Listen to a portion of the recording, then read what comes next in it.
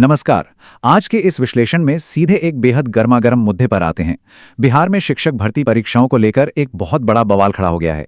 हम बात कर रहे हैं बीपीएससी टीआरई 4.0 की, जिसने हजारों कैंडिडेट्स को सड़कों पर उतरने के लिए मजबूर कर दिया है।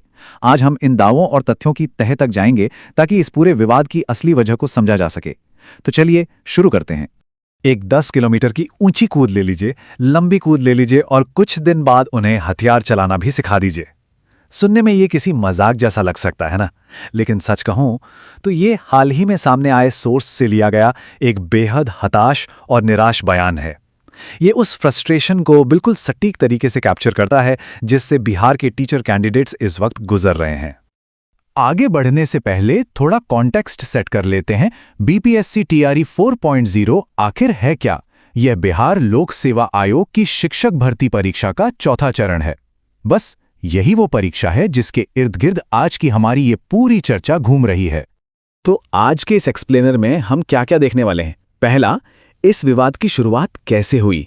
दूसरा, नया एग्जाम पैटर्न क्या है। तीसरा, एक हैरान करने वाला कंपैरिजन। चौथा, लोगों के गहरे संदेह। और आखिर में कैंडिडेट्स की असल मांगे क्या हैं। भाग 1, विवाद की शुरुआत। एक अचानक आया बदलाव। देखिए, पिछले 3 फेज बिल्कुल अलग तरीके से हुए थे, लेकिन सोर्स के मुताबिक ये पूरा बवाल टीआरई 4.0 के लिए एक नई पीटी और मेंस परीक्षा प्रणाली की अफवाहों से शुरू हुआ। अचानक से एक मेंस एग्जाम जोड़ने के प्रस्ताव ने कैंडिडेट्स में हल्की फुल्की नहीं बल्कि भारी बेचैनी पैदा कर दी है। उनका सीधा सा दावा है कि सरकार उनके फ्यूचर के साथ एक्सपेरिमेंट कर रही है, और इतनी बड़ी प्रोसेस में अचानक से ऐसा एक्सपेरिमेंट, ये उन्हें बिल्कुल अनुचित लग रहा है। भाग 2, नया परीक्षा पैटर्न, एक थका देने वाला सफर। चलिए इस टाइमलाइन पर नजर डालते हैं ताकि पता चले कि एक टीचर बनने के लिए कैंडिडेट आखिर किन किन रास्तों से गुजरता है।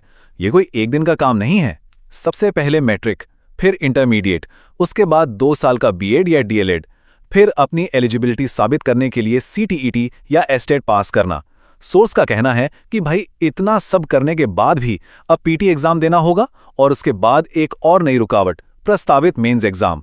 ये तो जैसे कोई एंडलेस मैराथन बन गई है जिसमें बस सालों की मेहनत लग रही है। भाग 3, एक स्पष्ट तुलना, शिक्षक बनाम अधिकारी।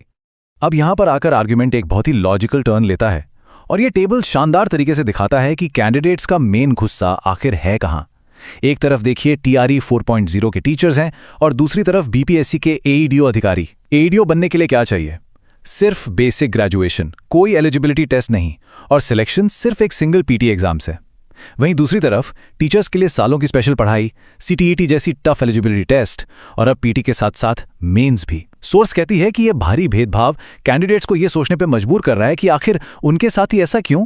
भाग 4, गहरे संदेह, व्यवस्था पर अविश्वास। इस अनइक्वल ट्रीटमेंट ने सिर्फ निराशा ही नहीं पैदा की, बल्कि सिस्टम के खिलाफ एक गहरा अविश्वास भी भर दिया है। सोर्स में कैंडिडेट्स के कुछ बहुत ही संगीन संदेह सामने आए हैं। पहला, कि यह भर्ती को जानबूझकर अटकाने की एक टैक्टिक है। दूसरा, जॉब्स न देनी पड़े इसलिए एक इम्पॉसिबल बैरियर खड़ा करना। तीसरा, ये बस एक पॉलिटिकल बॉक्स चेकिंग है ताकि सरकार दावा कर सके कि उन्होंने नौकरियां निकाली हैं। और आखिर में सरकार का ये कहना कि ये स्टेप पेपर लीक रोकने के लिए है, इसे भी बिल्कुल नकार दिया गया है। सोर्स ने 67वीं और 70वीं बीपीएससी एग्जाम्स के लीक्स का हवाला देते हुए कहा है कि सिर्फ पीटी और मेंस रखने से धांधली नहीं रुक जाती। इस अविश्वास को तब और हवा मिलती है जब पॉलिटिकल अपॉइंटमेंट्स की स्पीड को यूथ रिक्रूटमेंट से कंपेयर किया जाता है। सोर्स में इस बात की कड़ी आलोचना की गई है कि सोचिए, जब किसी मंत्री को शपथ लेनी होती है या सरकार बनानी होती है तो वो काम कुछ ही दिनों में बिजली की रफ्तार से हो जाता है, लेकिन जब बात टीचर्स की रिक्रूटमेंट की आती है वो प्रोसेस सालों तक रुका रहता है। ये स्पीड का डिफरेंस ये कैंडिडेट्स को सच में बहुत चुभता है। इस पूरी सिचुएशन की सीवियरिटी को इन नंबर्स से समझिए। ये इस विवाद का ह्यूमन एंगल है। सोर्स के अनुमान के मुताबिक इन शिक्षक कैंडिडेट्स में से 98% पिछड़े, गरीब या मिडिल क्लास परिवारों से आते हैं। इन परिवारों के लिए एक सरकारी नौकरी का इंतजार करना कोई छोटी मोटी इनकन्वीनियंस नहीं है, ये उनकी रोजी रोटी पर सीधा अटैक है। सच तो ये है कि वे इस एंडलेस ब्यूरोक्रेटिक डिले का फाइनेंशियल बोझ उठा ही नहीं सकते। और इसी आर्थिक मजबूरी से ये दर्दनाक बयान निकलकर सामने आता है। सोर्स में ये चिंता बहुत गहराई से जताई गई है कि बिहार मजदूरों का प्रदेश हो गया है, चल देंगे खटने दिल्ली बॉम्बे। ये लाइन सच में रोंगटे खड़े कर देती है। ये इस डर को दिखाती है कि अगर पॉलिसीज इसी तरह पढ़े लिखे यूथ को उलझाती रहीं तो फ्रस्ट्रेशन में उन्हें अपना घर छोड़कर बड़े शहरों में जाकर मजदूरी करने पर मजबूर होना पड़ेगा। ये सच में बहुत द्रवित करने वाली तस्वीर है। भाग 5 उम्मीदवारों की मांगे, एकजुट होने का आह्वान। तो इन तमाम परेशानियों और संदेहों के बाद पॉइंट यह है कि इन युवाओं का आखिर गोल क्या है। अब इस स्लाइड पर जो सबसे इंटरेस्टिंग चीज है वो है ये सिंगल नंबर 38। ये कोई रैंडम नंबर नहीं है। सोर्स मटेरियल जोर देकर कहता है कि बिहार के सभी 38 जिलों के युवाओं को अब जागने और एकजुट होने की जरूरत है। ये एक क्लियर कॉल टू एक्शन है कि अब घर बैठने से काम नहीं चलेगा, हर जिले से एक सॉलिड आवाज उठानी ही होगी। तो आइए देखते हैं कि कैंडिडेट्स एग्जैक्टली चाहते क्या हैं। उनकी 3 बिल्कुल क्लियर और एक्शनेबल मांगे हैं।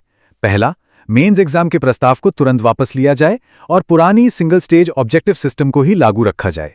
दूसरा, बिना एक दिन की भी देरी के TRE 4.0 का नोटिफिकेशन तुरंत रिलीज किया जाए। और तीसरा, एक फेयर, ट्रांसपेरेंट और टाइम बाउंड रिक्रूटमेंट प्रोसेस हो जिसमें कोई गोलमोल बातें ना हो।